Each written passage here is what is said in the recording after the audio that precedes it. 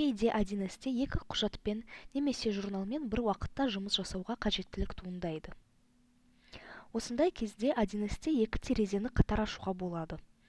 Мысалға, бір терезеде бізге жалпы айналым көру керек, ал екінші терезеде белгілі бір шот бойынша айналым көру керек. Мысалға, 12.51 шотын алайық.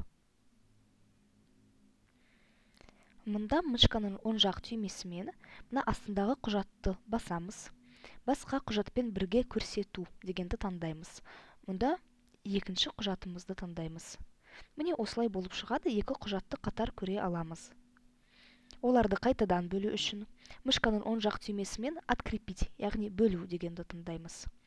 Осылай екі терезені қатар ашу тек қана такси режимінде ғана қолжетімді. Оны настройки параметрі арқылы қоюға болады.